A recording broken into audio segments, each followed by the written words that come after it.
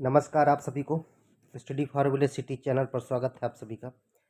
आज सामान्य अध्ययन का 180 टेस्ट नंबर है। टेस्ट नंबर 180वां है।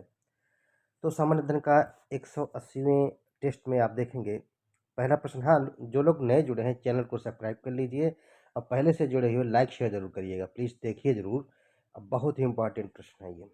राज्य में मंत्रिपरिषद की अध्यक्षता कौन करता है? कभी कभी प्रश्न सरल होते हुए भी हम परीक्षाओं में गलत कर आते हैं, इसलिए टेस्ट प्रैक्टिस बहुत ही जरूरी है, इसलिए चूकना नहीं है। पहला प्रश्न है, राज्य में मंत्रिपरिषद की अध्यक्षता कौन करता है? मुख्य सचिव, विधानसभा अध्यक्ष, राज्यपाल या फिर मुख्यमंत्री? राज्य में मंत्रिपरिषद की अध्यक्षता जो करेगा वह करते हैं मुख्यमंत्री, सीएम। तो डी नंबर सही हो जाएगा। दूसरा प्रश्न है, महाअधिवक्ता महाधिवक्ता की नियुक्ति की जाती है। महाधिवक्ता की नियुक्ति की जाती है राष्ट्रपति द्वारा, विधानसभा अध्यक्ष द्वारा, राज्यपाल द्वारा या फिर मुख्यमंत्री द्वारा। तो राज्यपाल के द्वारा की जाती है, जबकि महान्यायवादी की नियुक्ति की जाएगी राष्ट्रपति द्वारा। तीसरा प्रश्न है, भारत के संविधान के अनुच्छेद 171 के तहत विधान परिषद के सदस्यों की न्यूनतम संख्या कितनी होगी? आर्टिकल 171 के तहत विधान परिषद के सदस्यों की न्यूनतम संख्या कितनी होगी? 40, 45, 30 या फिर 12? तो जो member of legislative council MLC जो हैं, किसी भी राज्य में आर्टिकल 171 के तहत जो न्यूनतम संख्या होनी चाहिए तो वह होनी चाहिए 40। ए नंबर सही हो गया। चौथा प्रश्न है, मिताक्षरा नामक ग्रंथ की रचना किसने की? किसकी? मिताक्षरा मिता सॉरी मिताक्षरा। इस ग्रंथ की रचना, तो इस ग्रंथ की जो रचना की है शूद्रक, विज्ञानेश्वर, कालिदास या फिर तुलसीदास, किसने की? चौथा प्रश्न है ये, विज्ञानेश्वर ने की है मिताक्षरा नामक ग्रंथ की रचना। भारत की प्रथम महिला शासिका कौन थी? वैसे यह प्रश्न बहुत लोग जानते होंगे, फिर भी भारत की प्रथम महिला शासिका कौन थी? मुमताज महल, अस्मत बेगम, नूरजहां या फिर रजिया सुल्तान? भारत की प्रथम महिला शासिका जो थी रजिया सुल्तान थी। डी नंबर हो जाएगा। छठा प्रश्न है, चोल वंश का संस्थापक कौन था? चोल वंश का संस्थापक कौन था? विजयालय, आदित्य प्रथम, राजेंद्र प्रथम या फिर उत्तम चोल? छठे प्रश्न के अनुसार चोल वंश का संस्थापक जो था विजयालय था। ए नंबर सही हो गया। सूफी संतों के निवास स्थान को कहा जाता है? जो सूफी संत हैं उनके निवास स्थान को कहा जाता है इबादत गाह, खानकाह, ईदगाह, दरगाह। सूफी संतों के निवास स्थान को कहा जाता है खानकाह। बी नंबर सही हो जाएगा। चोल प्रशासन की मुख्य विशेषता क्या थी? जो चोल प्रशासन था इसकी मुख्य विशेषता क्या थी? स्थानीय स्वशासन, वायु स्वशासन, जल स्वशासन, पृथ्वी। वैसे इनमें से दो तो कोई मतलब नहीं है यहाँ पर। स्थानीय स्वशासन थी मुख्य विशेषता। ए नंबर सही है। असम का चैतन्य महाप्रभु किसे कहा जाता है? असम के चैतन्य महाप्रभु के नाम से जाने जाते हैं कौन? रामदास, नामदेव, तुकाराम या फिर शंकर देव? असम के चैतन्य महाप्रभु के नाम से जाने जाते हैं शंकर देव। डी नंबर सही है। भारत में सोहरावर्दी सिलसिले को लोकप्रिय बनाने वाले सूफी संत कौन थे? भारत में सोहरावर्दी सिलसिला जो था इसको लोकप्रिय बनाने वाले सूफी संत कौन थे? जलालुद्दीन तबरीजी, अब्दुल कादिर जिलानी, बदरुद्दीन समरकंदी बाकी बिल्ला। भारत में सोहरावर्दी सिलसिले को लोकप्रिय बनाने वाले जो सूफी संत थे वह थे जलालुद्दीन तबरेजी। ये नंबर सही है। बढ़ते हैं अगले प्रश्न की ओर। 11वां प्रश्न कहता है राष्ट्रीय विकास परिषद की स्थापना कब हुई थी? National development council, NDC। अब तो समाप्त हो गया, नीति आयोग आ गया। कमेंट करके बताइए। सॉरी, योजना आयोग तो समाप्त हो गया, इसका तो योगदान है अभी भी। तो नीति आयोग भी काफ़ी कुछ कमेंट कर रहा है। कमेंट करके बताइए नीति आयोग की स्थापना कब हुई, कब बनाया गया नीति आयोग योजना आयोग की जगह। यहाँ पर बात हो रही राष्ट्रीय विकास परिषद की स्थापना कब हुई थी? 6 अगस्त 1952, 15 मार्च 1950, 15 मार्च 1952, 6 अगस्त 1950। राष्ट्रीय विकास परिषद की जो स्थापना हुई थी 6 अगस्त 1952 को हुई। ए नंबर सही है। नेक्स्ट है, आज़ादी के बाद किस वित्त मंत्री ने भारत का प्रथम बजट प्रस्तुत किया? आज़ादी के बाद जो वित्त मंत्री प्रथम हुए, जाहिर सी बात प्रथम बजट प्रस्तुत करना चाहिए वैसे नियम के अनुसार। किसने प्रस्तुत किया प्रथम budget? R Venkataraman, Arun Jaitley, P Chidambaram, Shanmukham Chetty. R Shanmukham Chetty होना चाहिए, डी नंबर सही है। ठीक है। महान हिमालय की औसत ऊंचाई कितनी है? ट्रांस हिमालय, महान हिमालय, लघु हिमालय, मध्य हिमालय भी उसी में से आ जाएगा। तो महान हिमालय की औसत ऊंचाई कितनी थी, सॉरी कितनी है?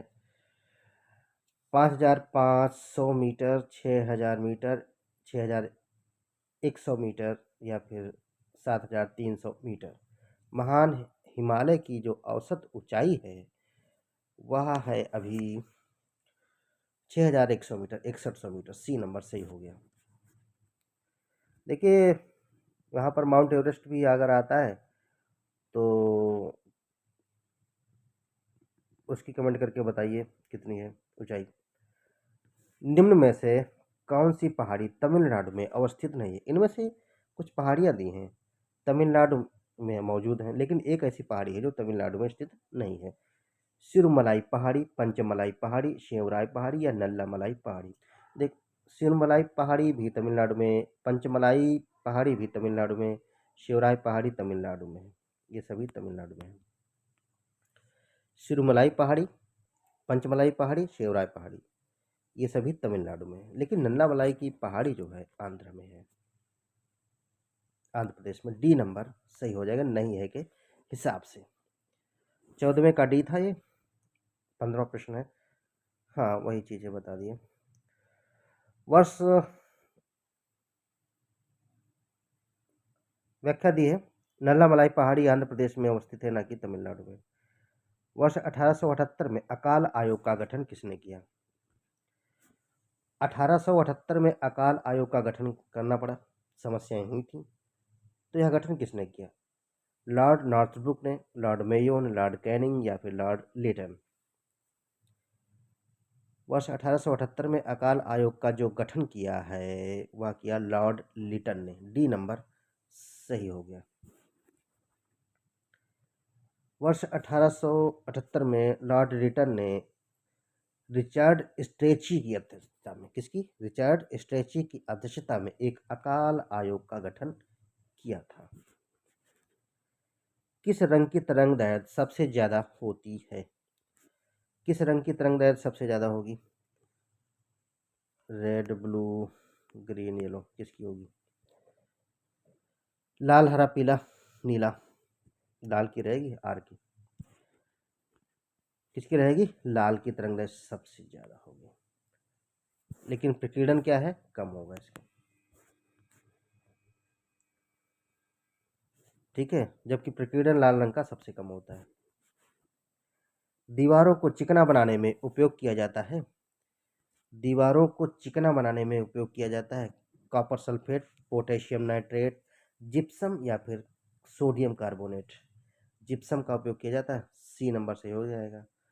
CaSO4 into 2H2O। ये जिप्सम का प्रयोग किया जाएगा दीवारों को चिकना बनाने में। 17वां प्रश्न था ये। नेक्स्ट क्वेश्चन है, राइबोसोम की खोज किसने की? राइबोसोम्स की खोज किसने की? Robert Hooke, Robert brown, पैलाडे, Camillo. पैलाडे ने की राइबोसोम्स की खोज। सोम्स।